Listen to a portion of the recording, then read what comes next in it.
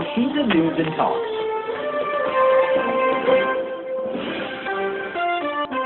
Elshinta News and Talk.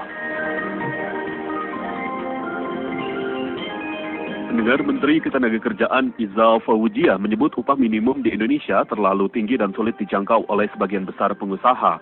Ia menuturkan implementasi negatif ini membuat kenaikan upah minimum jadi tidak didasari pada peningkatan kinerja para pekerja atau buruh. Sementara itu, Serikat Buruh lebih cenderung menuntut kenaikan upah dibandingkan membicarakan upah berbasis kinerja dan produktivitas.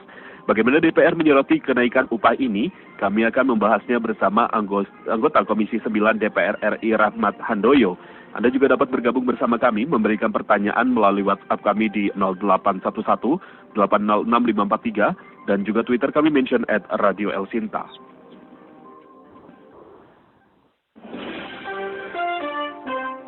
Elshinta News and Talk. Selamat siang Pak Rahmat. Selamat siang Mas Adit, salam sehat, Assalamualaikum. Iya, salam sehat Pak Rahmat. Pak Rahmat, bagaimana nih Pak Rahmat menyikapi DPR menyoroti kenaikan upah minimum kerja ini?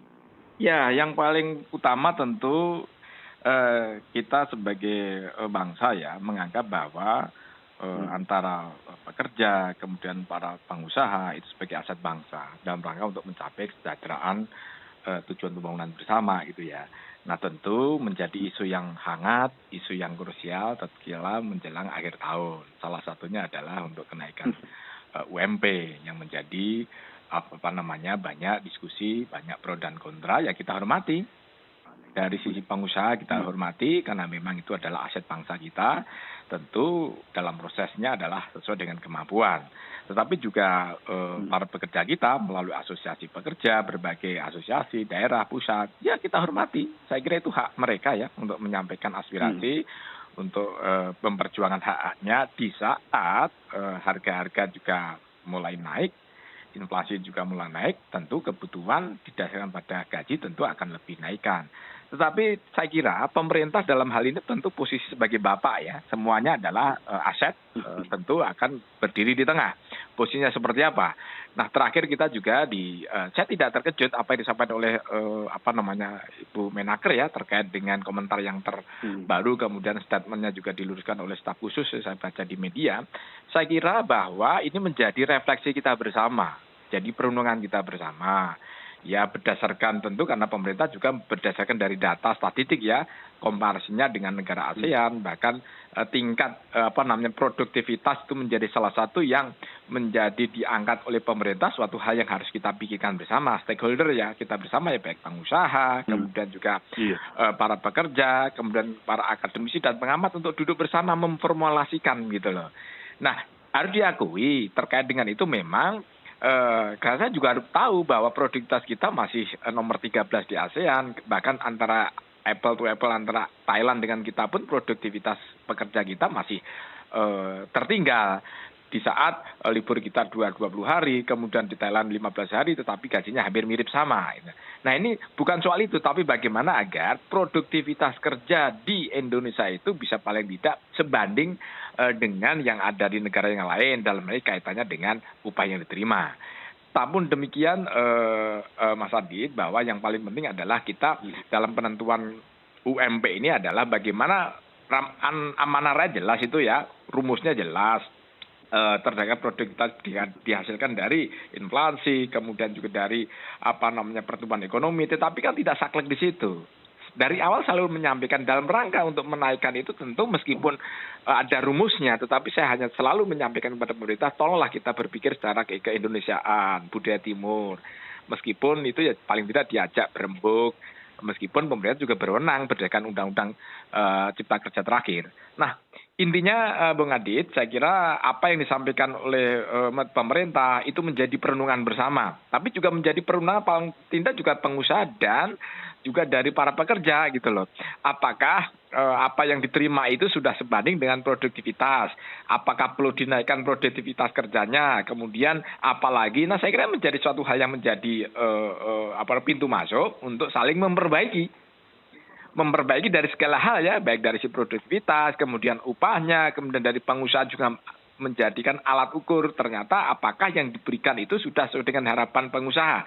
Nah ini yang harus dari titik positifnya, jangan justru lari dari persoalan, justru inilah yang harus kita tanggapkan. Oke, kita selalu menyampaikan melalui membandingkan antara upah yang ada di Indonesia, kemudian juga di ASEAN, minimalnya yang paling sederhana ya, tidak usah jauh-jauh di Asia yang lain lah, Asia Timur maupun Asia Selatan, udahlah di tingkat ASEAN saja. Apakah kita sudah sebanding?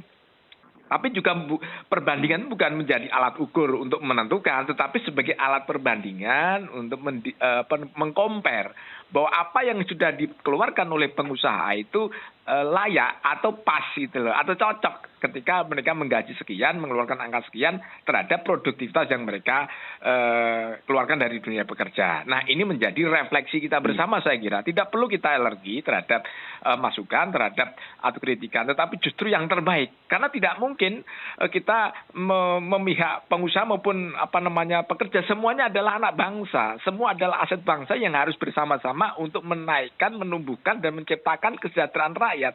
Jadi saya kira justru ini adalah momentum baik untuk memperbaiki di segala hal, terutama stakeholder semuanya. Begitu, Bung Adit. Iya, baik. Pak Rahmat, berkali-kali Pak Rahmat tadi mengatakan produktivitas begitu. Tapi apakah produktivitas ini sudah sebanding begitu kan dengan produktivitas? Namun kan produktivitas ini seharusnya berjalan lurus dengan kesejahteraan para pekerja begitu Pak Rahmat. Nah, Pak Rahmat sendiri sebagai DPR, apakah melihat angka saat ini cukupkah untuk kesejahteraan para pekerja tersebut, Pak? Ya, kalau dari sisi itu kan tidak hanya sebatas sudut pandang ya. Dari satu sudut apakah produktivitas itu sesuai dengan yang diterima atau sebaliknya. Tetapi sudut pandangnya adalah kita juga dari sisi inflasi loh ya. Inflasi kita seberapa besar. Kemudian ketika sesuai dengan produktivitas kerja yang diterima oleh haknya, tetapi inflasinya tinggi kan juga tidak sebanding juga gitu loh.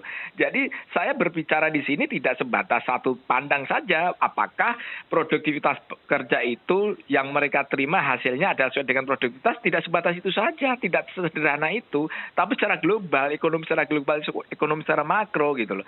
Kalau ternyata produktivitas rendah, ternyata inflasinya rendah, daya belinya juga tinggi, kemudian ekonomi menjaga tubuh bagus, saya kira juga tidak terlalu signifikan gitu ya. Jadi tidak semata-mata produktivitas itu hanya dilihat dari sisi produktivitas saja, tidak. Tapi secara nasional juga harus dilihat bagaimana kondisi perekonomian kita. Ketika barang-barang murah kan juga tidak bisa dong sudah cukup saya kira.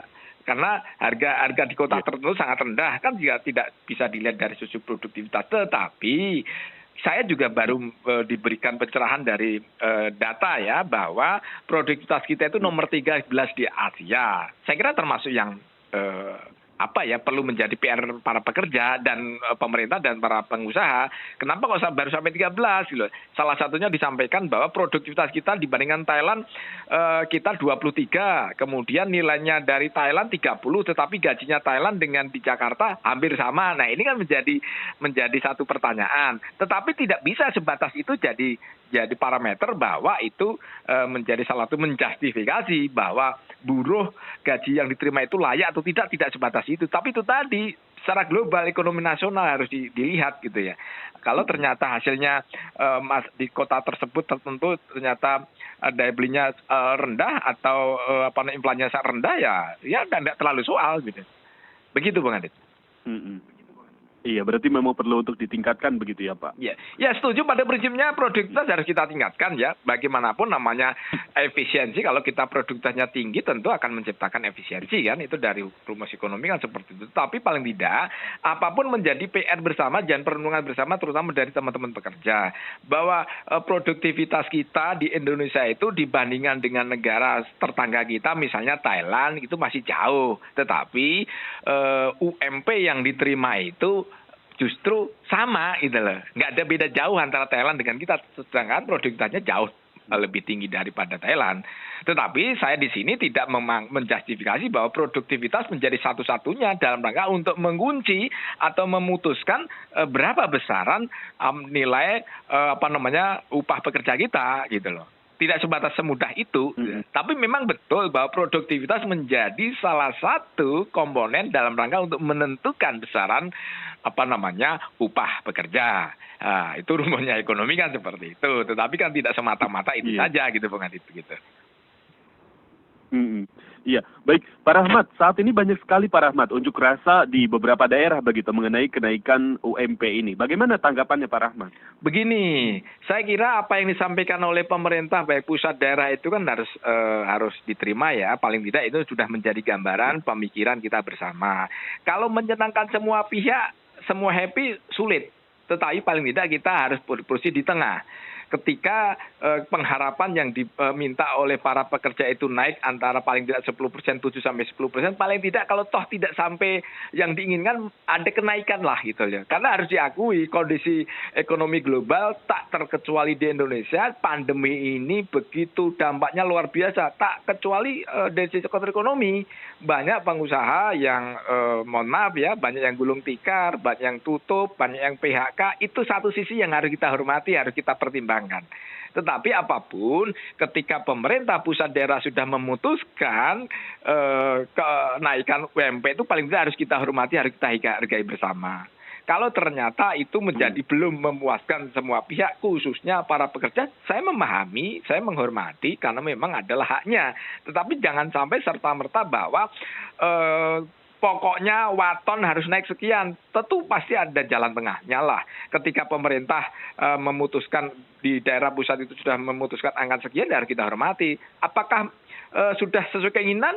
Ya, kalau ditanya itu memang belum, karena keinginan pekerja kan seperti itu. Tetapi ingatlah sekali lagi, ini adalah pandemi, apalagi pandemi ini juga menyangkut masalah ekonomi, juga masalah kesehatan. Kalau ternyata ada keinginan untuk unjuk rasa, ya saya memahami keinginannya itu, tetapi paling tidak masih ada jalan, solusi, alternatif ketika ingin menyampaikan pendapat, menyampaikan aspirasi agar ke depan itu bisa lebih baik lagi. Begitu saya kira apapun kita hormati, kita hargai, tapi masih paling tidak apa yang sudah diputuskan itu harus kita hormati bersama begitu. Iya, baik Pak Rahmat, memang tuntutan dari Konfederasi Serikat Pekerja Indonesia atau KSPI ini untuk kenaikan UMP memang sekitar 10% begitu berdasarkan survei kenaikan kebutuhan pokok. Nah, tadi Bapak mengatakan bahwa akan ada begitu. Berapa persen Pak kira-kira angka kenaikan yang semestinya layak diterima para pekerja ini Pak? Saya tidak bicara berapa persen layaknya ya. Itu kalau berdasarkan amanah rakyat, amanah bersama kan rumusnya kan berdasarkan inflasi, berdasarkan pertumbuhan ekonomi, itu kan rumus. Itu kan amanah. Tetapi kan saya percaya pemerintah seyogianya pasti udah pasti itu mendengarkan. Kalau toh tidak memanggil resmi secara informal bahwa ini loh, bahwa pekerja kuatnya sebegini. Oke lah ada kenaikan silakan, tetapi ada jalannya tengah seperti ini. Paling tidak ada diskusi, meskipun tidak mengharuskan ada diskusi berdasarkan undang-undang terbaru itu ya. Tetapi paling tidak saya percaya kok para gubernur, para bupati pasti akan memanggil itu secara informal maupun formal ya untuk menyikapi terhadap keinginan itu. Ya kita hormati. Makanya seyogianya memang harus seperti itu, meskipun ranahnya ada didasarkan pada rumus. Tapi rumus kan tidak saklek gitu ya. Makanya ada adat ketimuran mengundang para pekerja, mengundang para asosiasi, pusat, daerah, itu yang harus kita hormati. Nah sekali lagi, ketika keinginannya itu belum sesuai dengan keinginan masyarakat, terutama pekerja ya saya maklum, kecewa pasti, tetapi itu adalah jalan tengah gitu ya. Tetapi kalau sekali lagi, kalau dipaksakan ternyata para pengusaha itu tidak mampu, ya bagaimana lagi? Saya juga memahami ketika pekerja itu didasarkan pada survei. Tetapi ingat, survei kita hormati memang iya kebutuhan naik. Tetapi ketika para pengusaha terdepresi terhadap kondisi ekonomi secara global, pemasarannya juga macet, ekspor impor juga terganggu, kita harus pahami bersama. Jadi saya kira jalan tengah dan solusi paling tidak keinginan dari para pekerja untuk naik itu kita hormati, kita hargai dan dituruti. Itu dulu poinnya. Iya. Karena tahun kemarin kan tidak ada kenaikan begitu. Iya, baik Pak Rahmat, kita sapa terlebih dahulu. Ada pendengar yang ingin ikut berpartisipasi bersama kita. Ada Pak Imam dari Pasar Kemis Tangerang. Kita sapa terlebih dahulu Pak Imam ya Pak. Selamat siang Pak Imam. Terima kasih Pak atas kesempatan yang diberikan Pak. Iya, silakan Pak Imam. Baik, mohon izin. Bapak ini dari Komisi 9 ya Pak ya? Betul Pak Imam. Iya, kita saat ini sedang bersama dengan Pak Rahmat Handoyo dari Komisi 9 DPR RI. Ya, selamat siang Pak Rahmat, mohon izin. Selamat siang Pak Imam. Ya, Pak, untuk menyikapi ini kenaikan upah ya Pak ya. Sepertinya kalau kenaikan upah itu ukurannya subjektif terus ya Pak ya. Jadi di Indonesia ini saya melihat ukurannya nggak ada yang objektif. Jadi menurut Bapak nih, harusnya Bapak sebagai wakil rakyat ini paradigma atau perspektifnya kan harusnya mendukung kesejahteraan masyarakat ya, bukan malah memihak ke pengusaha. Nah, apa tanggapan Bapak tentang itu? Kemudian bagaimana menentukan upah minimum? Dan kita itu selalu di Indonesia ini rata-rata upahnya tanda kutip kerjaannya berat, tapi upahnya kecil, Pak. Beda dengan di Eropa ya, Pak ya, atau di luar negeri sana, Pak ya. Pekerjaannya nyuci piring, tapi gajinya lumayan, Pak ya. Jadi artinya boleh dijelaskan, Pak, bagaimana di Indonesia ini perspektifnya kok selalu begitu, Pak ya. Terima kasih ya, Pak. Iya, baik. Terima kasih Pak Imam dari Pasar Kemis Tangerang. Silakan Pak Rahmat bisa ditanggapi Pak pertanyaan dari pendengar kita. Ada Pak Imam tadi. Baik Pak Imam, gini Bung Adit, seperti awal saya pendapat keinginan untuk menaikkan UMP itu harus kita hormati, harus kita hargai dan kita dukung. Pekerja itu menyampaikan aspirasi itu harus pasti kita dukung, pasti kita support. Tetapi itu tadi bahwa tidak dalam posisi objektif atau subjektif. Amanah undang-undang kan menyampaikan ada rumusnya, ada aturannya untuk menentukan besaran angkanya berapa. Kalau undang-undang kemarin ada berdasarkan diskusi antara tripartit. Nah sekarang kan ada rumus dari berapa besaran inflasinya berapa, kemudian pertumbuhan ekonomi berapa gitu kan. Tetapi itu tidak setaklek itu. Saya justru dalam posisi memposisikan dari pekerja tidak sematas itu saja gitu. Tapi keinginan atau aspirasi para pekerja atas survei bahwa barang-barang naik, harganya naik, itu juga harus kita dengarkan gitu loh. Jadi keinginan pekerja itu harus kita dengarkan, harus kita dukung, harus kita support. Namun demikian keinginan itu harus disesuaikan dengan kondisi ekonomi secara global, secara mikro kita Indonesia, terutama adalah para pengusaha kita. Intinya saya setuju bahwa keinginan dari itu harus kita support, harus kita dukung, tetapi paling tidak harus sesuai dengan kemampuan dari para pengusaha itu begitu. Iya. Jadi intinya saya dalam posisi memperjuangkan pekerja, namun demikian harus disesuaikan dengan kemampuan dari para pengusaha itu, begitu, Bang. Iya, baik Pak Rahmat, kita sapa terlebih dahulu. Ada pendengar kembali yang ingin ikut bergabung bersama kita. Ada Pak Abbas di Bandung. Kita sapa terlebih dahulu. Selamat siang Pak Abbas. Halo, selamat siang. Semakin mantap. Selamat siang Pak Abbas. Terkadang kita silakan Pak Abbas. Negara ataupun sistem aparatur pemerintahan ini tidak begitu cermat dalam membuat satu rumusan aturan undang-undang dan segala macam intinya berhubungan dengan hajat hidup rakyat ataupun orang banyak gitu ya. Terkadang lembaga survei asal mengikuti simbol lembaga survei apa segala macam ini berdasarkan lembaga survei inilah Indonesia itu ya. Setiap aturan, rancangan undang-undang itu tidak masak dan tidak matang gitu. Kenapa nggak amburadul jadi setiap tatanan kehidupan berbangsa bernegara kita ini? Ya karena di otak biang keroknya sistem pemerintahan yang selalu dipilih rakyat ini ya udah amburadul gitu. Inilah gitu. Kedua, permasalahan ini juga ya, pekerja yang paling banyak di Indonesia ini ya, pekerja swasta. Bukan pekerja ASN ataupun BUMN gitu. Kenapa? Sebab alir keuangan ini berpengaruh lagi pada rakyat-rakyat yang sekitar-sekitarnya sebagai pedagang kecil, pedagang warung, apa segala macamnya gitu. Dan juga baik Pak Abbas, langsung saja Pak Abbas. Nah, bagaimana rakyat bisa hidup sehat walafiat, tidak terkena berbagai macam bentuk penyakit? Silakan Anda berpikir. Jangan mengandalkan hanya masker atau vaksinasi tanpa memikirkan permasalahan yang lainnya. Itulah yang bisa sama berpikir merdeka. Iya baik, terima kasih Pak Abbas, terima kasih atas tanggapannya. Baik Pak Rahmat, kita sapa terlebih dahulu pendengar kembali yang ingin ikut bergabung bersama kita. Ada Pak Khalid di Depok, kita sapa terlebih dahulu. Selamat siang Pak Khalid. Selamat siang Pak Rahmat. Siang Pak Khalid. Selamat siang Pak Khalid, silakan Pak. Sebenarnya ini menarik nih buat buruh. Ini kan buruh itu kan standar minimalnya Pak, gitu loh. Kenapa nggak tiap perusahaan itu pimpinan-pimpinan KSPI apa minta dinaikin, jangan di minimalnya gitu. Itu kan minimal, standar minimal. Kalau nggak dibayar lebih kecil dari itu kan bisa protes. Kita coba bisa dinaikin, tinggal hitung-hitungan di perusahaan itu sendiri gitu loh. Dan yang kedua, mau dibandingkan dengan saya yang bawa angkutan umum nih hampir 20 jam, itu juga penghasilannya masih di bawah UMR itu Pak. Gitu loh, itu tergantung kita nyikapinnya. Prinsipnya gini, kalau kuat kerjain, kalau nggak kuat udah cari yang lebih profesional lagi gitu loh. Jangan terlalu ketergantungan di situ. Mau jadi, kalau mau mengharapkan makmur apa ya jadi pengusaha lah, belajar jadi pengusaha biar memakmurkan teman-teman yang lain gitu loh. Kadang-kadang kita yang di angkutan umumnya kan selalu terganggu dengan demo, dengan ini gitu loh. Mereka nggak berpikir tiap tahun, tiap ini gitu loh. Salah saya Pak Jafar Rahmat, terima kasih. Selamat siang. Iya.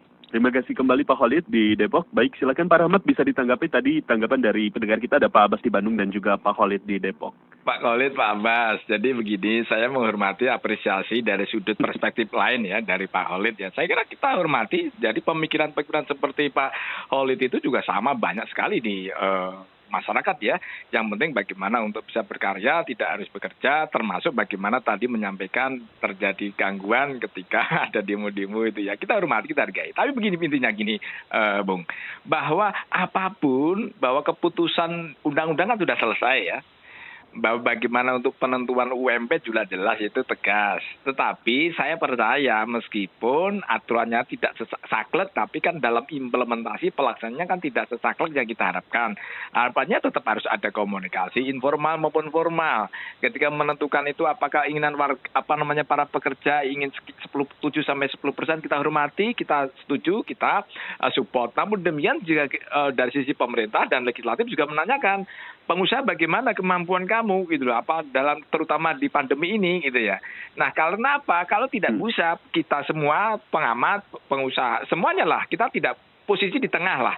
Artinya ya pengusaha itu aset, kekayaan kita, mensejahterakan rakyat, pekerja juga dalam rangka untuk mewujudkan haknya, dalam rangka untuk mewujudkan hidup mereka gitu ya. Jadi artinya kita seyogianya dicari titik temu lah, titik tengah lah. Meskipun titik tengah itu tidak menyenangkan semua pihak, tetapi standar minimal keinginan untuk dinaikkan itu terpenuhi dulu. Tetapi ya itu tadi ketika teman-teman pekerja untuk menaikkan sesuai dengan harapannya belum sesuai, ya bagaimana, namanya juga kemampuan tidak bisa dipaksakan oleh para pengusaha. Untuk itu yang paling penting adalah esensinya ketika keinginan itu naik, dihormati, dihargai dan diterima. Nah itu dulu poinnya. Nah sekarang besarannya itulah kompromi diskusi antara para pengusaha dengan para pengusaha. Tetapi ketika sudah diputuskan itulah yang terbaik. Namun demikian kita semua mengakui para pekerja juga belum merasa nyaman, belum bahagia sesuai dengan keinginan karena naiknya tidak 10% misalnya. Namun demikian ingatlah bahwa kalau istilahnya pada akhirnya pokoknya harus sekian, itu justru menimbulkan masalah tidak menjadi menimbulkan kemandekan yang efeknya, dampaknya yang rugi kita semua. Untuk itu, Bung Adit, bahwa apa yang nanti sudah diputuskan ini, paling tidak ayolah kita gotong royong bersama-sama, kondisi negara, kondisi ekonomi, apalagi kondisi pandemi ini, ketika kita nanti ada rencana mogok, rencana demo, apalagi dari sisi kesehatan pasti akan berdampak, efeknya sangat luar biasa dari sisi kesehatan pandemi, menimbulkan masalah kesehatan. Tapi paling tidak apa yang disampaikan oleh Pak Adit dan Pak Abbas tadi kita hormati, itulah suara rakyat, itulah suara warga. Begitu Bang Adit. Iya, baik Pak Rahmat, kita saat ini sudah terhubung dengan Koordinator Wilayah Indonesia Jaringan Pengusaha Nasional, Pak Imron Kasidi. Kita sapa terlebih dahulu Pak Imron Kasidi yang akan sama-sama membahas mengenai UMP berikut ini. Baik, selamat siang Pak Imron. Selamat siang Pak Adit. Selamat siang. Iya, semuanya. Pak Imron. Iya. Baik, Pak Imron, saat ini kami juga sudah terhubung dengan Pak Rahmat Handoyo yang akan bersama-sama kita hingga nanti jam 3 untuk membahas mengenai UMP ini. Beliau anggota Komisi 9 DPR RI. Baik, salam Pak. Salam Pak Imron, salam sehat. Salam sehat. Iya. Baik, Pak Imron saat ini bagaimana nih Pak Imron menyikapi kenaikan upah ini Pak? Kalau sudut pandang saya dalam hal wirausaha atau pengusaha, saya kan di Jaringan Pengusaha Nasional dan saya sendiri pelaku usaha, beberapa usaha yang saya jalani gitu ya.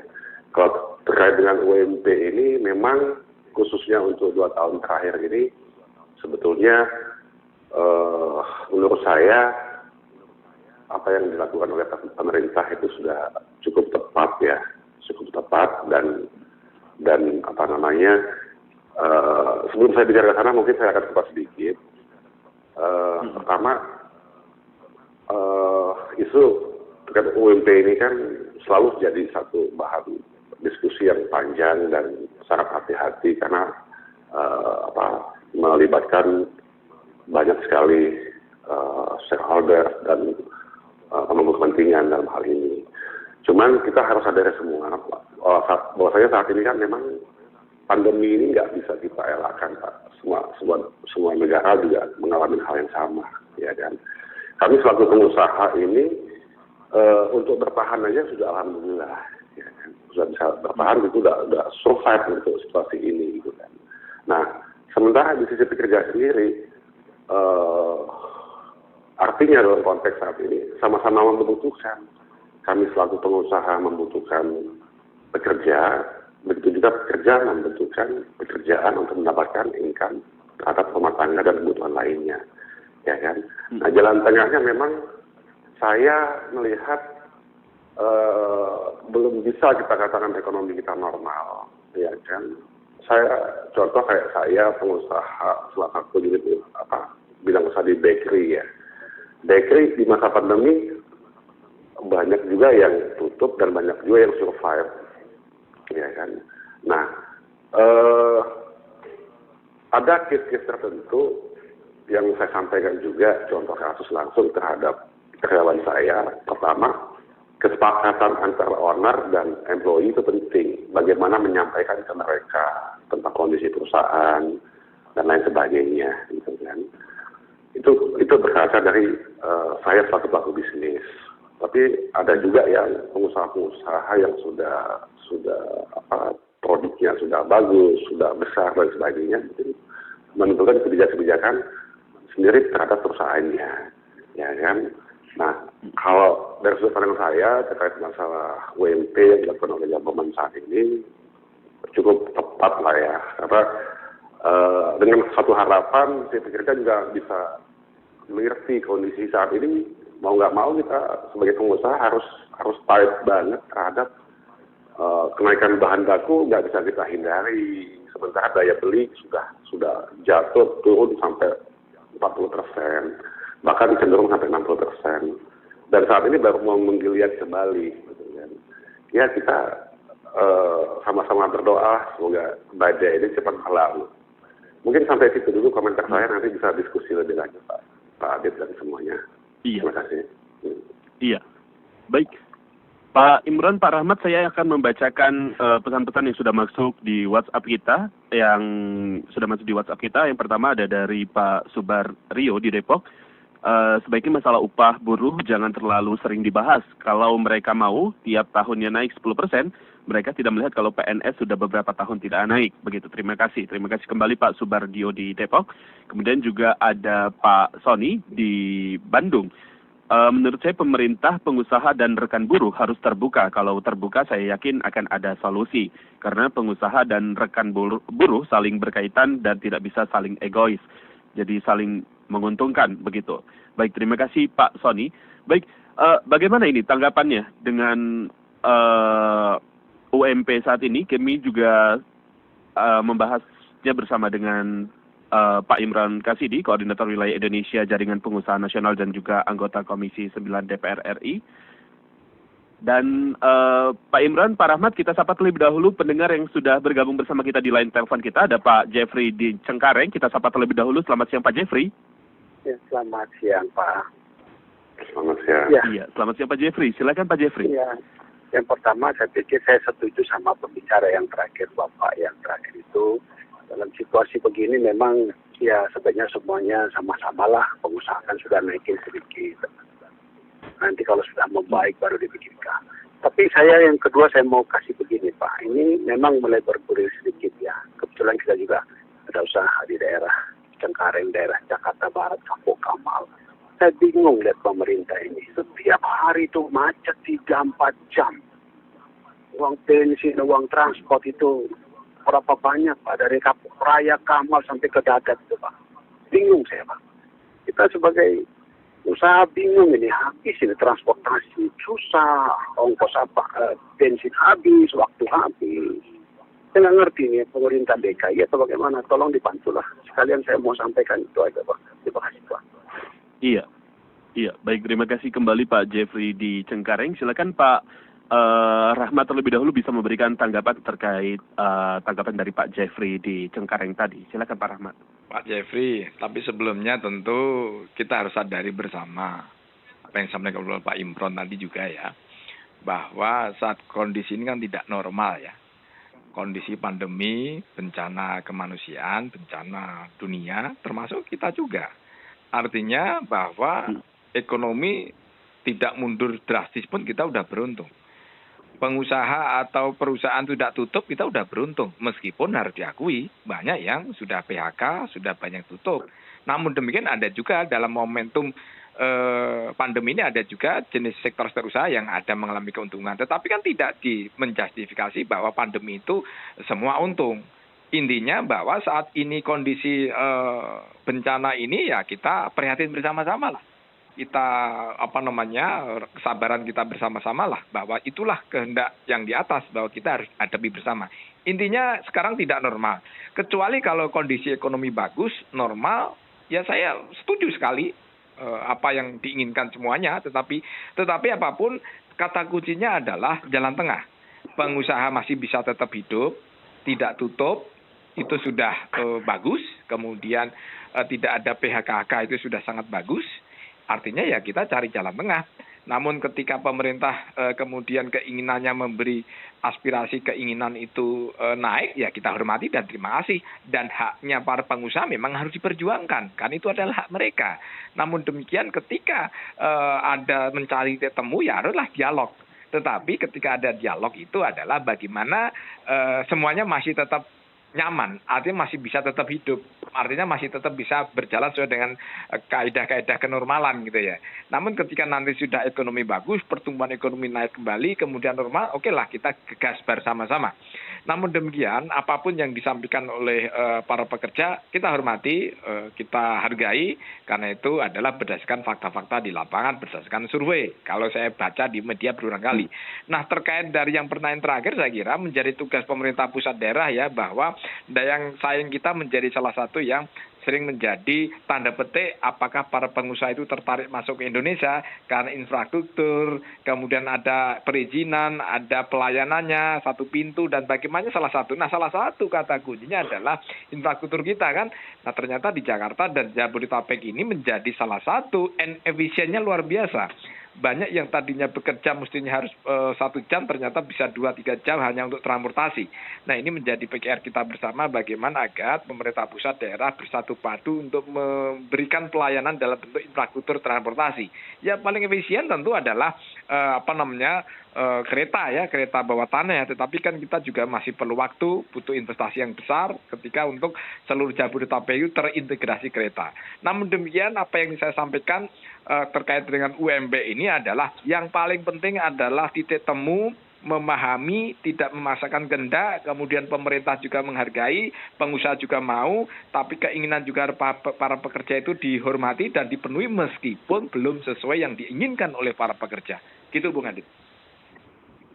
Iya, baik. Terima kasih Pak Rahmat. Saya ingin mendengar tanggapannya dari Pak Imran Kasidi. Bagaimana nih Pak Imran tanggapannya Pak? Ya, pada prinsipnya saya sepakat apa yang disampaikan Pak Rahmat. Cuma saya ingin menambahi ada beberapa poin. Yang pertama, memang di situasi seperti ini tentunya si pengusaha itu juga harus memberikan pengertian terhadap pekerja dan bikin semacam kayak di setiap perusahaan juga saya yakin ada KKB ya, kesepakatan kerja bersama. Nah, itu juga jadi satu dasar selain menganut keputusan dari Kemenaker ya. Nah, poin-poin ini penting karena ini untuk acuan ke depan, ya kan. Dan saya yakin juga tidak semua pengusaha akan ada juga case-case tertentu pengusaha bisa memberikan lebih dari apa yang jadi plafon atau arahan atau semacam kayak keputusan dari pemerintah. Ada juga saya yakin karena melihat dari sisi kemanusiaannya. ya kan? Ada juga pengusaha yang memang dengan bisa bertahan aja udah bisa memberikan upah terhadap pekerja, itu sudah alhamdulillah di situasi seperti ini, ya kan? Kalau contoh kayak saya, itu yang saya lakukan. Jadi pendekatan, kesepakatan bersama itu saya buat. Namun saya membuat satu komitmen terhadap pekerja. Ketika memang perusahaan ini menguntungkan lebih dari ekspektasi bersama, saya juga harus komit, gitu. Harus komit memberikan hak-hak mereka yang tertunda sebelumnya, kira-kira begitu. Nah, hal-hal itu perlu sekali ada pendekatan khusus, sosialisasi dan lain sebagainya. Ya, mudah-mudahan pengusaha-pengusaha yang juga melihat tidak hanya dari sisi upah, tidak hanya dari sisi profit terhadap perusahaan, namun dia juga melihat dari sisi kebutuhan si pekerja sendiri. Kita mengerti lah, ya kan? Upah itu kan naiknya 10%, tidak equal dengan kenaikan barang-barang yang ada di pasaran. Itu udah paham kita kan. Barang tetap naik, tapi upah juga naiknya slow gitu kan. Pasti teriak. Kalau saya memposisikan sebagai pekerja, saya sampaikan, ya kita di situasi ini serba sulit gitu kan. Upahnya naik sedikit, namun kebutuhan juga kenaikan signifikan. Tapi yang saya amati selama 2 tahun terakhir, pemerintah juga tidak